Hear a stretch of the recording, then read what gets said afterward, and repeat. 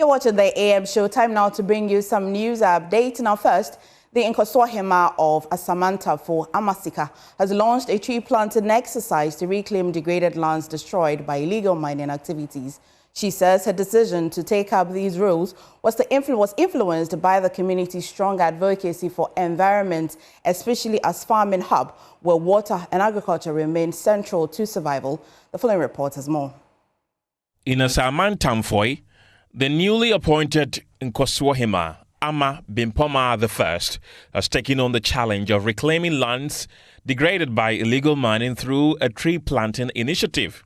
Her decision to lead the project, she says, came after careful research into the community's needs, given the fact that the area has become a Galamsey hotspot. The tree planting project was not just about restoring the lands, but also about building awareness. Without food, proper water, we won't survive, and too many of our lands have been damaged. And I saw that this community was trying their best to ensure that, they maintain, they are stewards of the land. So I saw that they were trying to maintain their stewardship, and so that encouraged me to, to come to a community like this. We did see some areas, for example, where the three rivers meet further down the road, where Asamang comes together with another town. We saw the changes, and I've heard about the changes over time, and saw how these rivers have been affected. The chief of the area, Nana Osaberima Kwameko II, praised Ama Bimpoma I for her leadership in the reforestation initiative and pledged community support. He anticipates that the farmlands will be fully restored in 3 to 4 years, supporting agriculture and preserving resources for future generations. She's started very well and keeps on doing what she has to do. Now that we are going into reforest the land, I think in about 3-4 years' time, everything will be okay with us. The farm could be used, and everything will be in its order for us to use again. General Secretary of Grassroots Future Alliance Foundation, Bernard Kwesi Boampon, emphasized the foundation's active role in environmental protection. I'm very, very sure and then optimistic that the government of the day would partner with corporate bodies, institutional bodies, NGOs like the Grassroots Future Alliance, and then hit back against this national canker, and we can see results in no time.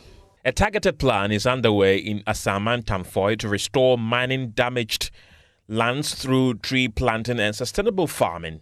The tree planting project has so far received 1,000 seedlings out of an expected 3,000. With support from Zafia Arts, a group that blends creativity with advocacy, the initiative reached out to the community in a unique way. They walked through the mining-scarred sites, spoke to residents, and used storytelling to raise awareness, hoping that the initiative will bear results. Also, political science lecturer at the University of Ghana, Dr. Asa Sansi, says the New Patriotic Party's decision to grant amnesty to suspended members risk undermining discipline within the party. His comments follow the NPP's decision to restore members who had been sanctioned or facing disciplinary proceedings after misconduct. According to him, while this move is a normal political process to foster unity and reconciliation within the party, aimed at boosting numbers, its risk embolden misconduct. In politics, institutions count a lot. So one would have thought that if people go contrary to the rules of the game, you obviously have to walk them through the legal process, and at the end of the day, if they deserve sanction, you sanction them. But I also know that as part of constitutional processes, you can also grant amnesty, and just to tell them that go and sin no more. It's also within the framework of the law, because if you don't want to give punishment, you can give amnesty, and that is also normal. Remember, in politics, it's a game of numbers, so you always want to have the numbers at all times to support you. And that is why I'm sure they are doing that. But the downside of it is that when people are able to be giving such reprieve, there is always the tendency for others to emulate them and also do what others have done, and they expect that they will also be given amnesty. That is the difficulty about amnesty situations. But apart from that, it is normal and it's within the framework of every legal jurisdiction. Away from the NPP, following the burial of the remaining victims of the Z-9 helicopter crash, a Thanksgiving service was held at Christ the King Catholic Parish in Accra in memory of Dr. Omane Boamah and Squadron Leader Peter Bafemi Adala. Speaking at the service, Gender, Children and Social Protection Ministry assured that her ministry is ready to provide psychological support for bereaved families. My colleague Maxwell Aklobotu has more in this report. It was a moment of deep reflection as government officials and family members of the late Edward Omane Boamah and squadron leader Peter Bafemi Adala, who lost their lives in the tragic Z-9 helicopter crash on August 6th, gathered at the Christ the King Catholic Parish in Accra for a Thanksgiving service. Acknowledging the deep emotional toll the devastating incident has inflicted on relatives of the fallen heroes, the Minister for Gender, Children and Social Protection, Agnes Latte, assured that her ministry is ready to provide psychological support to the families.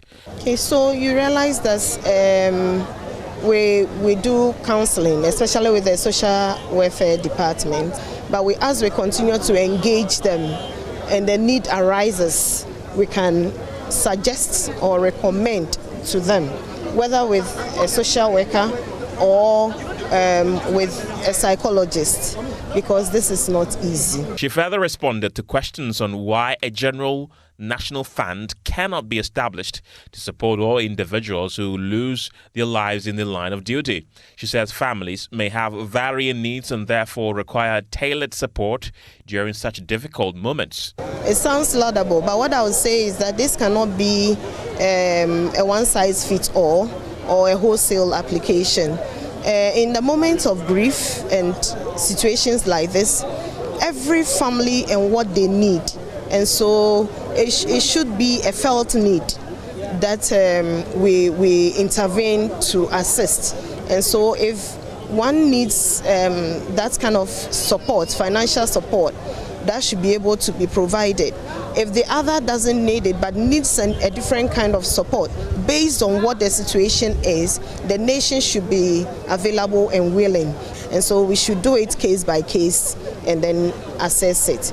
She added that the recently passed Social Protection Bill will play a key role in coordinating social interventions across the country.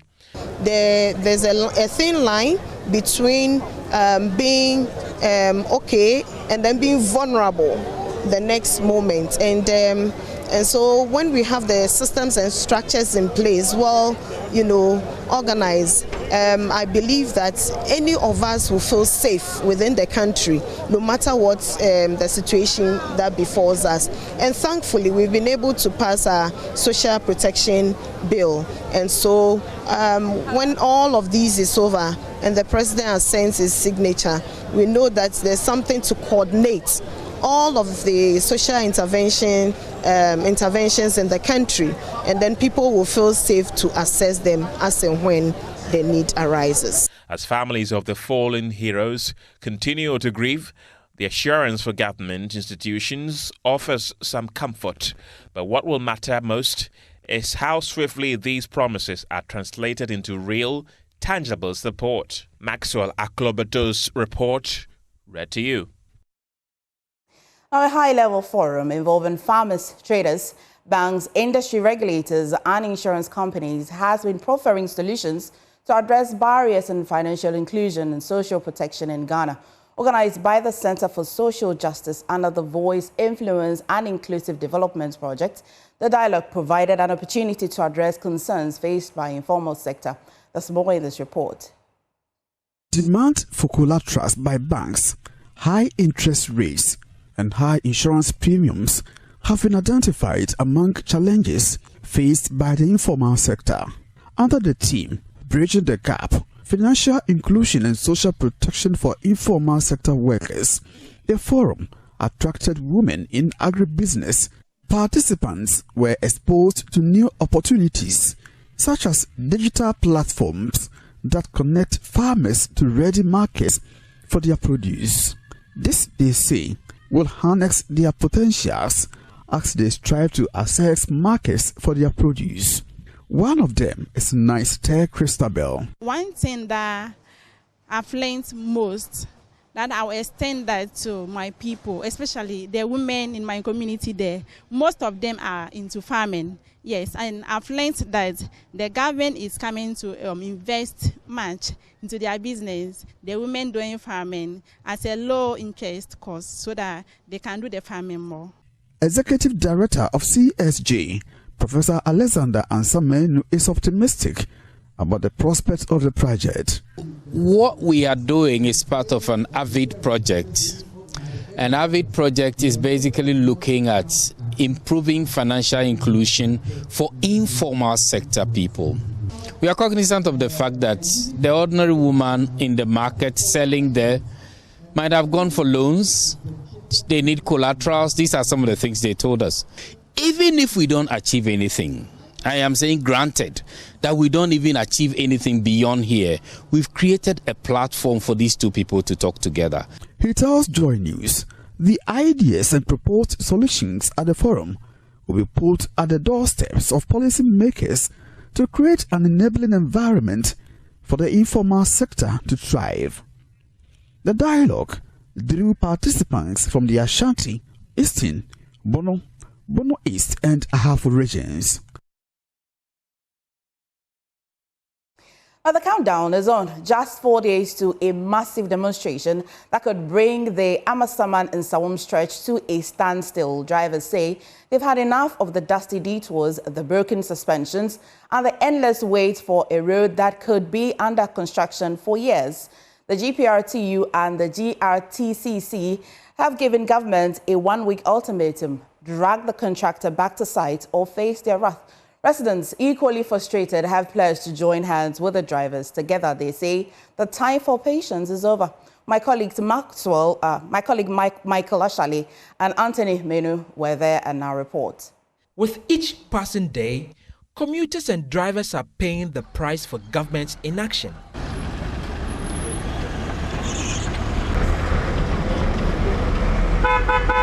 Welcome to the Pokwase Insawam stretch, where driving is a nightmare for drivers and commuters, and where every bump feels like a gamble with your vehicle's safety. This stretch has been under construction for years, yet today, the contractor is nowhere in sight. The result? An obstacle course of potholes, forcing drivers to crawl bumper to bumper, twisting and turning just to stay on four wheels.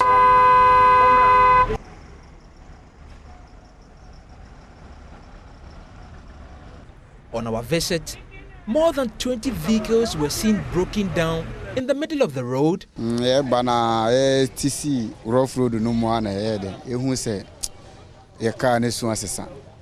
lies another broken down car, and another, and another. Vehicles, both big, long, medium, or whatever size it is, at some point in their journey to Kumasi, have to at least run through this muddy water.